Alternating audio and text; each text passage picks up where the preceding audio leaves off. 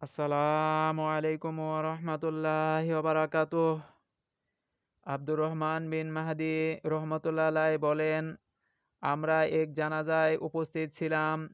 সেখানে উবাইদুল্লাহ বিন হাসান উপস্থিত ছিলেন, যিনি তখন রাজধানী বাগদাদের বিচারপতির দায়িত্বে ছিলেন। আমি তাকে একটি মাসআলা জিজ্ঞেস করলে তিনি ভুল উত্তর দেন। তখন আমি বললাম, আল্লাহ আপনাকে সংশোধন হওয়ার তৌফিক দিন।